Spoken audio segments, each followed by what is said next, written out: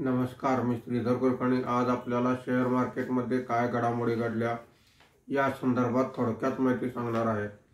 आज आठवड्याच्या पहिल्या कामकाजाच्या दिवशी सकाळी मार्केट सुरू झाल्यापासून तेजी होती आणि दिवसभर तेजी टिकून होती। मार्केट संपताना सेन्सेक्स हा 194 पॉईंटने वाढून 82,560 वर बंद झालेला आहे। निफ्टी हा 43 पॉईंटने वाढून 25,279 वर बंद झालेला आहे। आजच्या कामकाजामध्ये BSE fast moving consumer goods index 0.75%, BSE utility index 0.55% वर आहेत। BSE IT इंडेक्स 0.37% वर आहे। BSE mid cap index flat आहे। स्मॉल कॅप इंडेक्स 0.47% खाली आहे।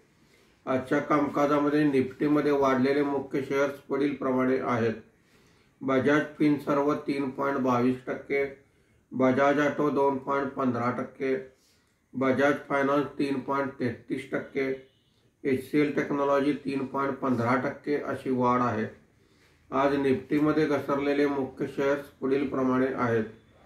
Grasim industries 2.34%, Kotak bank 2.26%, Nestle 1.61%, Coal India 1.51% अशी घसरण आहे।